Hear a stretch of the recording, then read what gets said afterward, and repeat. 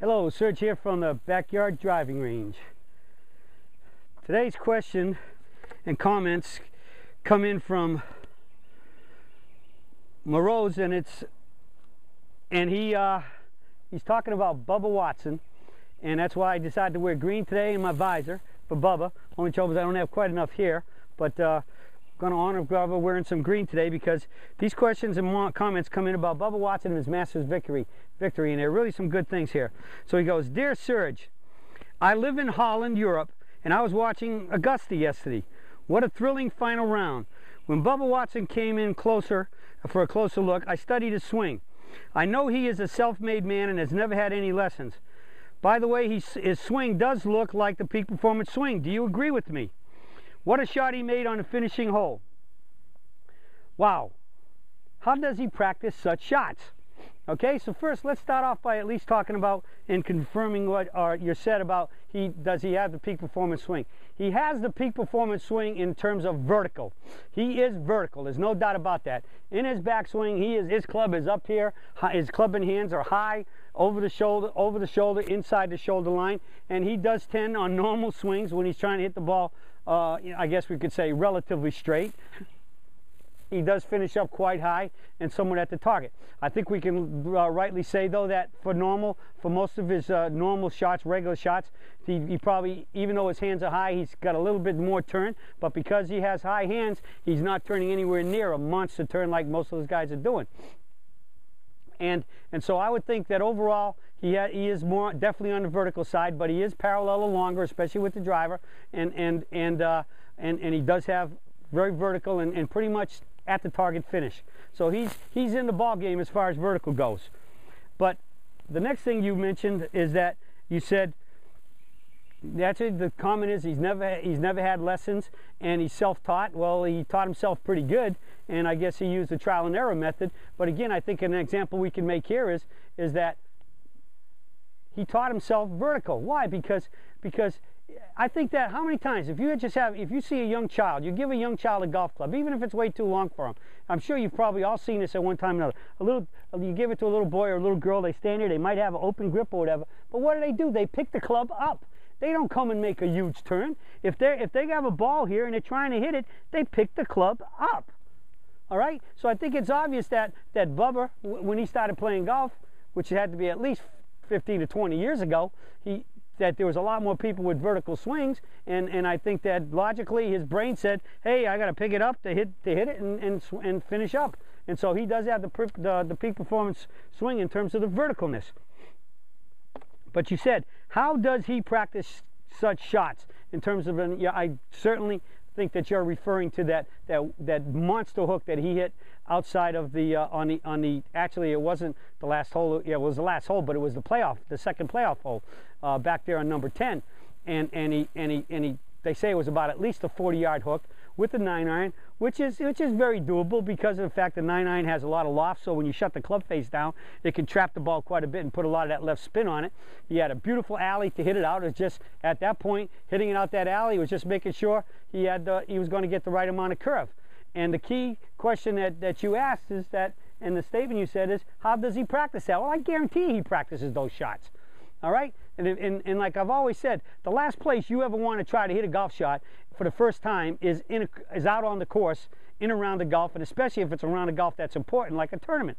And so all of these guys have practiced that. Now, I think I've read or heard that he hit that with a pitching wedge or a gap wedge or something. Those are easy to hook. I mean, any club. Basically, he practices those shots. I mean, one of my favorite things about practicing is I hardly ever go to the golf range. I haven't been on a driver range at my club where I play in almost 2 years. I just go out late in I like to go out late in the afternoons when it's getting dark at about 5:30, 6 o'clock, and now at times with it getting dark at 8 o'clock and later, I like to go out about 6:30 or 7, because that way I can get out there and there's almost anybody who's going to play 9 holes have already teed off in most cases. So I pretty much have nobody in my way holding me up or whatever that I have to move, and I can stay in there and I can practice. And that's when I do things. That's when I hit a lot of chip shots and pitch shots around the green, get into bunkers and practice. That's when I practice pitch and runs from 20 and 30, 40, 50 yards out there. That's when I go in the rough and I hit types of shots. That's when I stand on the tee shots and I work the ball a little bit when I have to. Like the second hole of that club is a 90-degree dog leg. You can't hit a driver there, but I'm going to hit my hybrid on my 5-wood on that hole, and I'm going to shut it down just a little bit and get it to go out and draw so that it hits the slope and goes down left rather than hit it too straight and it's moving away from the hole. That's when I do all those things. Sometimes I'll even go in the woods and hit shots and practice them. Sometimes I'll be out in the fairway and I'll just aim a ball right at the green, and imagine there's trees in my way and I have to hook the ball on the green.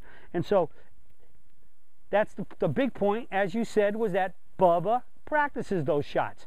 And he knows how to do it. And that's how you get to know how to do it, because you practiced it, you figured it out, and you figure out what you got to do and how much you have to do in terms of, as with the peak performance swing, how much I go up and how much I turn it over to turn the club face past, toe up and to follow through, turn it over to do that. Now I have a video out there called Situational Shots, which talks about many of these shots as well as working the ball, and that's the critical one for learning how to hit shots. Now that video takes about, I think it's at least 45 minutes, so I can't do this. I can't give you all the answers in a daily lesson here, other than the fact that yes, I can stand up here. The setup determines the motion, so when I get into working fades and draws, I change my setup because I have to activate different muscles to make my swing move differently to create the path in the plane, along with the club head change at impact that will create a draw or a hook or a little cut or a fade to even a slice if I need it. So the hooking one is easy. It's always easier to hook the ball because you can just shut that face down. You stand in here, and then if I shut the face down like this, if I walk in and I line up to where I want the ball to start, then I turn the club face to the target. So that means when I come into impact, my hands will be perpendicular to the ground on impact, but the face will be shut, so it's going to impart the spin on the ball and just follow through, and that ball will start on line and have a pretty good hook to it depending on how much I turned over. So the key is this, as you said, and I'm going to say it I guess for the third time, Bubba does practice them. He has to practice them to be that good. And so when he's playing practice rounds, he's working on so many shots, he's deciding how it happens, and Bubba, there's no doubt, is tremendously gifted at making sure that he can change his path and plane and his position of his club face at impact to create when he needs the fades and slices and when he needs the draws and the hooks, as well as to hit the ball straight. And you can see many times his feet are moving around a little bit and stuff, and it's remarkable that with the movement he has in his body, especially with his feet, when he's coming in impact, that he can play this well and hit the ball and as controlled as he can, as is obvious he is, because look at how good a player he is. But Bubba is very unique. He is the exception to rule without a doubt. All right? Again, my situational shots and my working the ball will show you how I think I can hit those shots, DJ can hit them, and we can hit them from a much more peak performance looking setup and swing. But we have made the adjustments in our setup to activate the muscles, and made adjustments with the club face at address to return it to impact, either somewhat open for anything that we want to hit to the right to make the ball go right, and slightly closed for anything we want to make it go left. But Bubba does that more naturally just by doing it. Okay, and so it works for him, but I think we have a much more consistent way for you to consistently pull it off, and you can see all of that in the working the ball video. But for the most part, the key is practice makes perfect, and perfect practice makes perfect. And so your practice rounds on a range, you can practice those shots, then you take them out on the golf course. But you always got to practice them to be able to pull them off in a tournament, and that's the secret. Practice makes perfect. Okay, well, that's it for the Surge for today, and I'll be talking to you all again soon.